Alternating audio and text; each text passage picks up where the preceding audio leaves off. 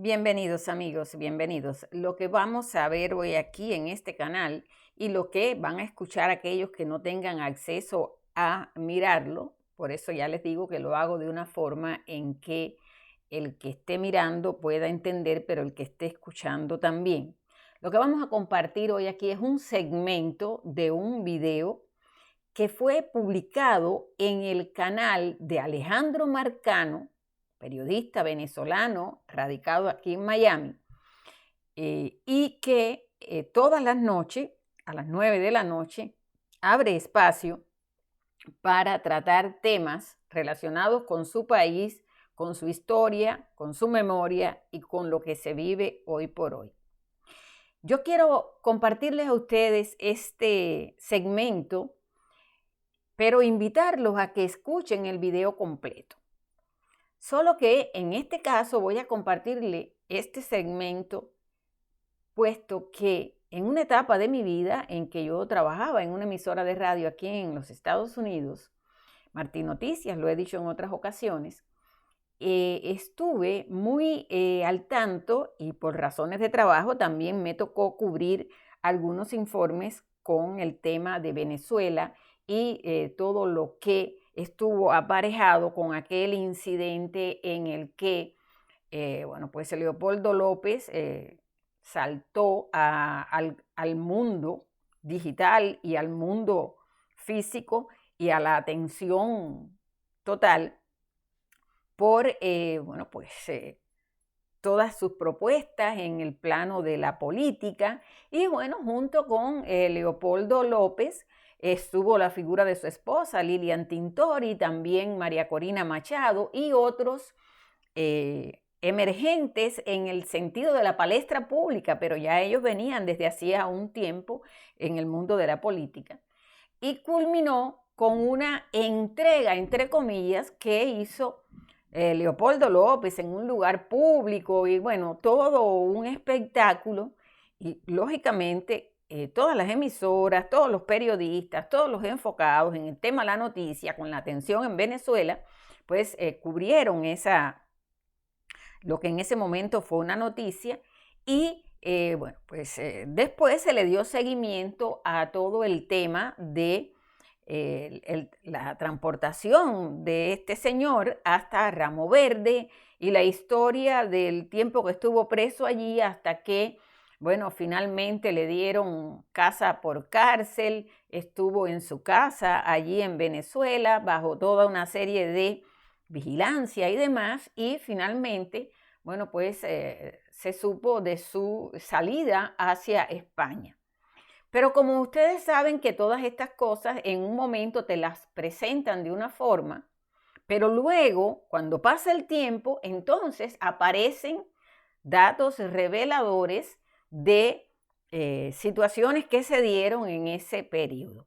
Leopoldo López no fue el único que estuvo preso, no fue el único que pasó por esa situación que fue mediatizada. Junto a él o al mismo tiempo o en esos días y en otras zonas del país también apresaron a líderes opositores, que era así como se les conocía y es así como generalmente se les denomina.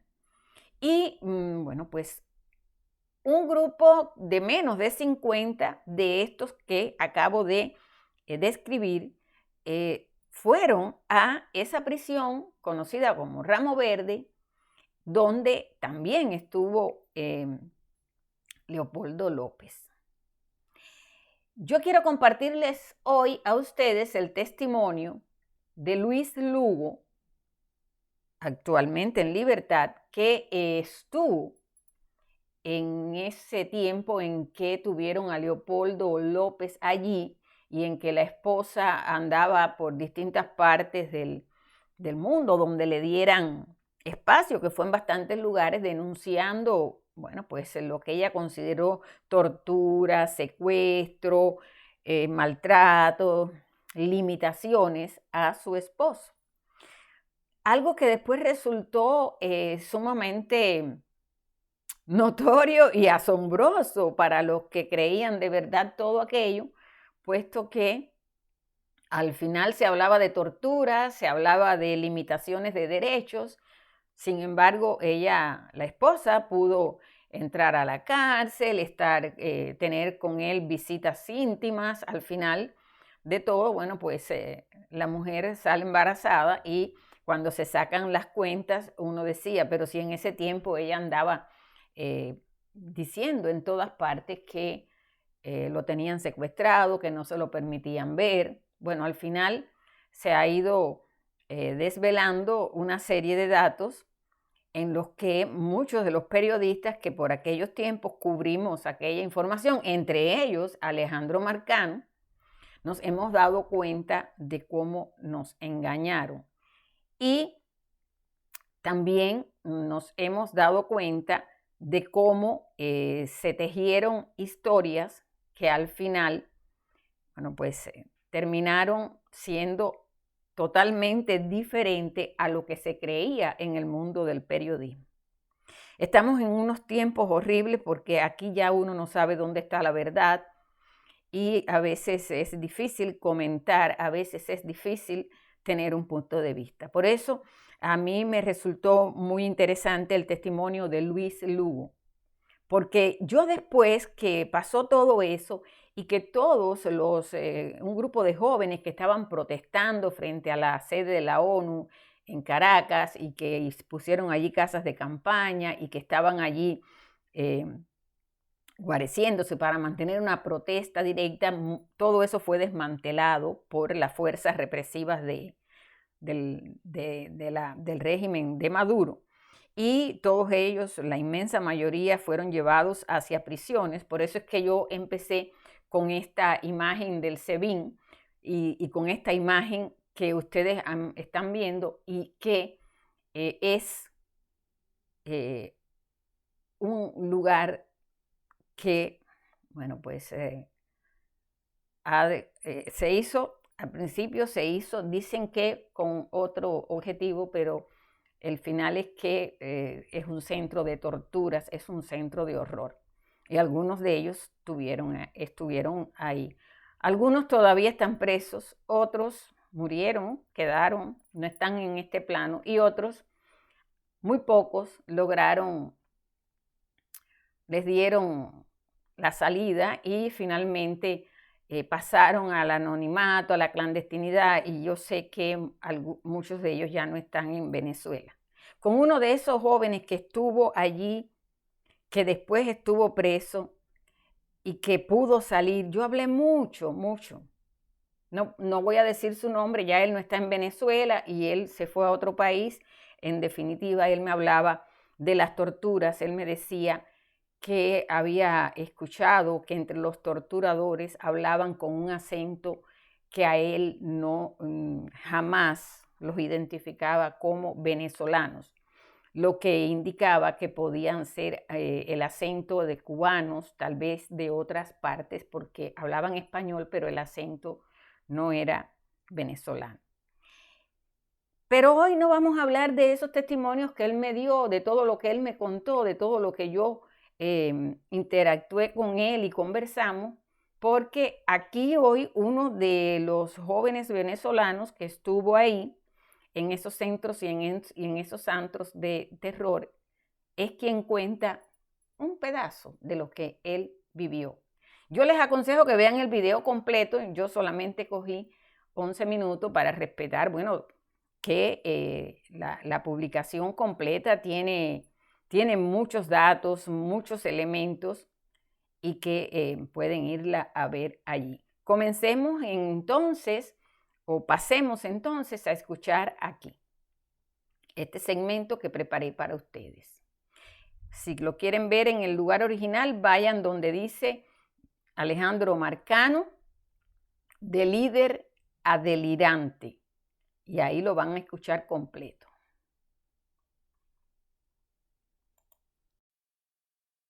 Tan locos de Metra. ¿Por qué? Porque estos son los resultados, Luis. Estos son los Pero resultados. es que eso es lo que ellos quieren que tú creas, Alejandro.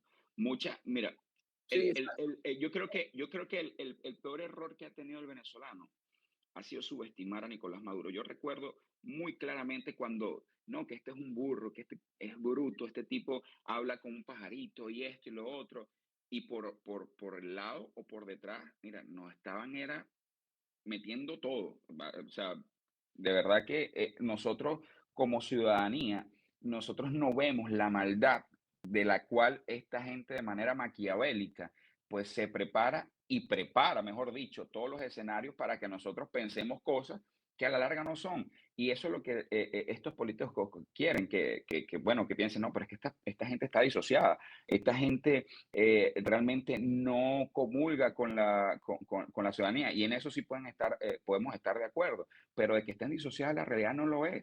Ellos saben muy bien cuál es la situación en Venezuela, ellos saben muy bien cuál es la realidad de Venezuela. Y mira, muchas personas pueden venir acá y pueden criticarte, pueden criticarnos a los que tenemos este pensar y este caminar, pero es que, mira, después que yo veo que en una cárcel donde en ese momento no éramos más de 50 presos políticos realmente en Ramo Verde. Obviamente los presos políticos que tenían renombre eran Enzo Escarano, el gocho este que ahora es opositor extraño, ¿cómo se llama? Messenger.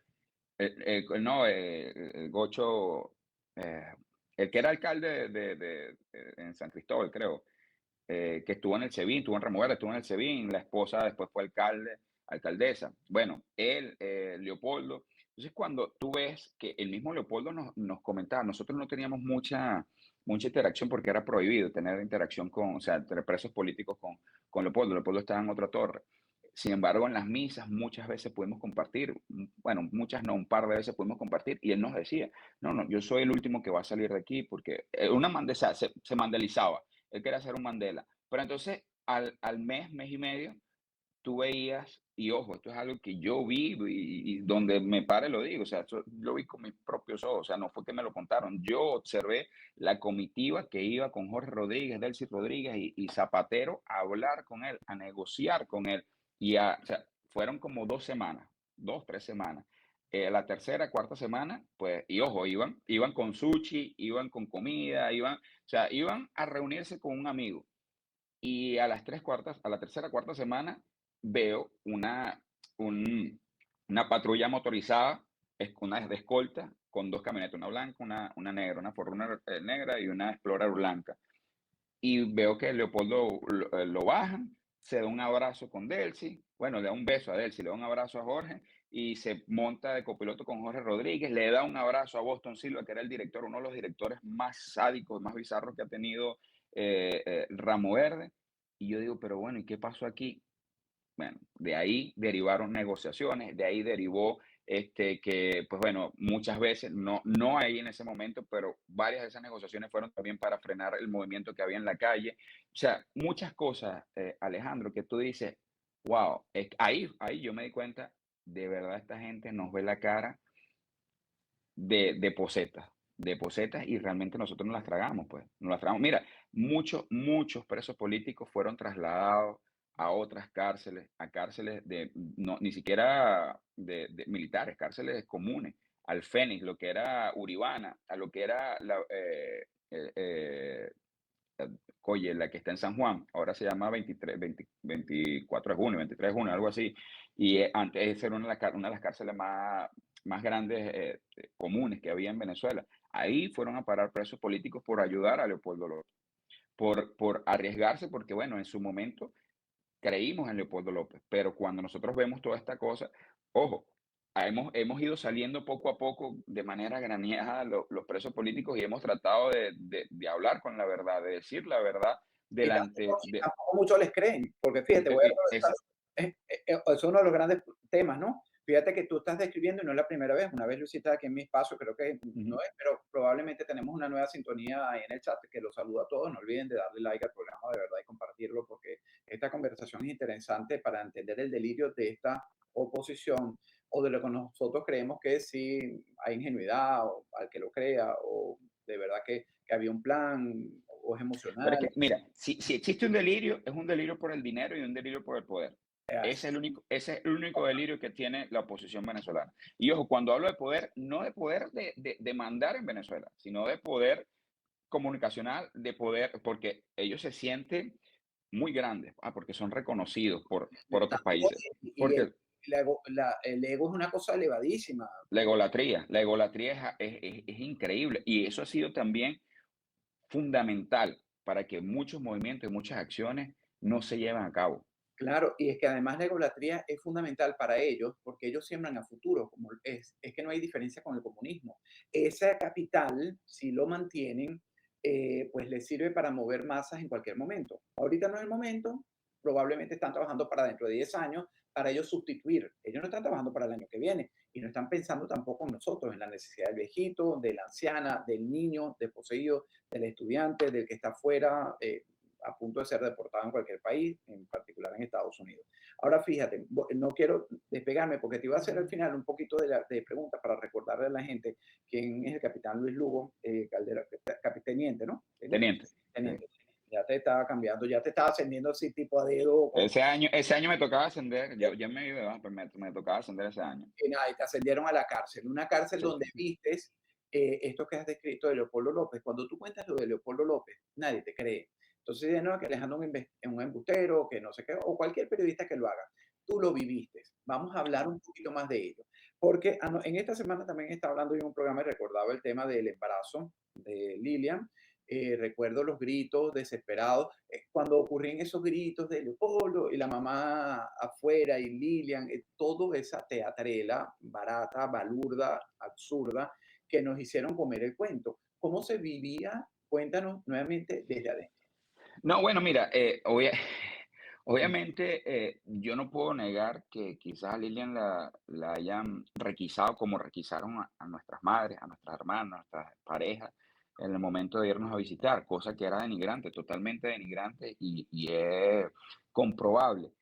Sin embargo, Leopoldo vivía en unas condiciones mucho más agradables de las que pudo haber vivido otro preso político. Y cuando digo, o sea, mira, cuando digo agradable es en el sentido figurado, porque preso ni en tu casa. Pero Leopoldo tenía un gimnasio que él mismo acondicionó, que en ocasiones dejaban que lo utilizaran otros prisioneros. Sin embargo, cuando Leopoldo sale en libertad por esta negociación con Rodríguez Zapatero, ese gimnasio lo vuelven nada y lo crean, y crean ahí, es un tigrito. Ahí es donde vienen a meter a la causa de Espada de Dios, que es donde estaba Ronald Ojeda, el Teniente Araña, toda esta gente, con otros presos políticos que se consideraban de peligrosidad porque al resto de peligrosidad nos habían trasladado. Nos habían trasladado, ¿por qué? Porque ayudamos a Leopoldo, porque buscábamos hacer algo, incluso estando dentro de la cárcel, y pues muchas veces, y es triste, mismas personas del círculo íntimo de Leopoldo, pues transmitían estos mensajes o estas posibles acciones que nosotros queríamos realizar. Ojo, muchos van a decir, bueno, pues, ¿qué van a hacer ustedes dentro de una cárcel? Es verdad, no íbamos a tumbar a Nicolás Maduro dentro de la cárcel, pero sí teníamos comunicación en el exterior con personas que estaban realizando ciertos movimientos, pero bueno, a la larga terminamos unos en Uribana, como te digo, que es el Fénix hoy en día, otros en la 26 de julio, otros terminamos en La Pica, otros terminaron en Santana, o sea, fue o sea, nos dividieron por todas las cárceles de Venezuela. Y los que quedaron en Ramo Verde los metieron ahí en ese gimnasio. Leopoldo tenía un piso para él solo, una celda que fue como, o sea, yo le digo habitación, pero eso eran celdas. Pues esa habitación, había una habitación donde estaba acondicionada para que él jugara con su chamo. Él tenía todo un piso para él, tenía un estar incluso en su celda. Es cuando él sale en libertad y ocurre en abril del 2020, lo que fue la operación Gedeón, que matan a la gente en Macuto y toda esta cosa. A los 42 o sea, éramos más, pero los 42 presos políticos que ellos consideraban más de peligrosidad nos movieron para esa torre. Y obviamente estábamos súper hacinados porque esos espacios los habían reducido para comodidad de él. Y ahí nos terminaron metiendo 42 personas, donde antes habitaban 2 o 3 personas, porque Leopoldo nunca estuvo solo. O sea, Leopoldo sí estuvo aislado hasta cierta manera, de cierta manera, pero él tenía una u otra persona que era previamente autorizada por la dirección del penal para que estuviera ahí. Ahí obviamente no iban a estar presos políticos ni presos que pudieran tener comunicación con el resto de la población penitenciaria de la otra torre para evitar comunicación, cosa que igual nosotros descubrimos cómo evadir y hasta cierto punto siempre tuvimos comunicación con Leopoldo y con los políticos que estaban del otro lado, porque también estaba, como te dije, Escarano, Ceballos, era Qué el Gocho silencio. Ceballos, era el otro político que te comentaba. Entonces, él obviamente, mira, yo cumplí mi condena y duró un año de más, porque a mí no me, o sea, yo cumplí mi condena el 20 de noviembre del 2019 y a mí me liberaron el 29 de noviembre del 2020. O sea, cumplí un año de más aparte de mi condena. Y durante ese tiempo unas semanas donde yo hice huelga de hambre. En mi huelga de hambre, a mí me encerraron un tigrito y me llevaban comida para unos platos, Alejandro, una vaina que nunca dieron ahí, pero era como para tentarnos, ¿no? Entonces iban con iba el DG5 con una cámara, ese plato, ¿vas a comer? No. Entonces te filmaban, mira, él no quiere comer, y me encerraban. Leopoldo cuando hizo huelga de hambre, todos los días le llevaban una caja de Pedialyte, le llevaban, o sea, él tuvo ciertos beneficios, y vuelvo y repito, yo no, o sea, quien tiene uñas que se rasque, perfecto. La broma es que cuando tú te vendes o cuando tú vendes una idea y cuando tú vendes un liderazgo, tú no puedes salir al día siguiente a negociar con los esbirros, a negociar con los verdugos, porque no nada más son esbirros, ahí hay muchos asesinos y él le dio la mano a esos asesinos, él abrazó a esos asesinos. Entonces, ya ahí es donde viene mi crítica, ahí es donde viene mi señalamiento. No porque obviamente es una persona que, bueno, viene de familia pudiente y tiene las condiciones económicas para brindarse ese tipo de situaciones. Obviamente, quizás yo teniendo las mismas condiciones económicas, a mí no me lo iban a permitir porque yo no era Leopoldo López, porque yo no tenía la visualización que tenía él. Entonces, Porque ahí, Leopoldo significaba negociar con él, o no sabemos. exactamente. Yo pienso que eso fue planificado. Eso fue una apuesta de lo que estábamos hablando ahorita. Me encierro, te me entrego, desarmo el movimiento Manos Lo que pasa es Blancas. que él contó mal, él pensó de que la gente se iba a desbocar en la calle y que lo iban a sacar y pues terminó creo que él durando 2 años o 3 años, algo así, no Y recuerdo. más negociación que sea, no le ha salido muy bien, a pesar de que está en España, viviendo chévere y dedicándose a los deportes, pero resulta que no capitalizó eso para un futuro político dentro de Venezuela, porque la perdió. Y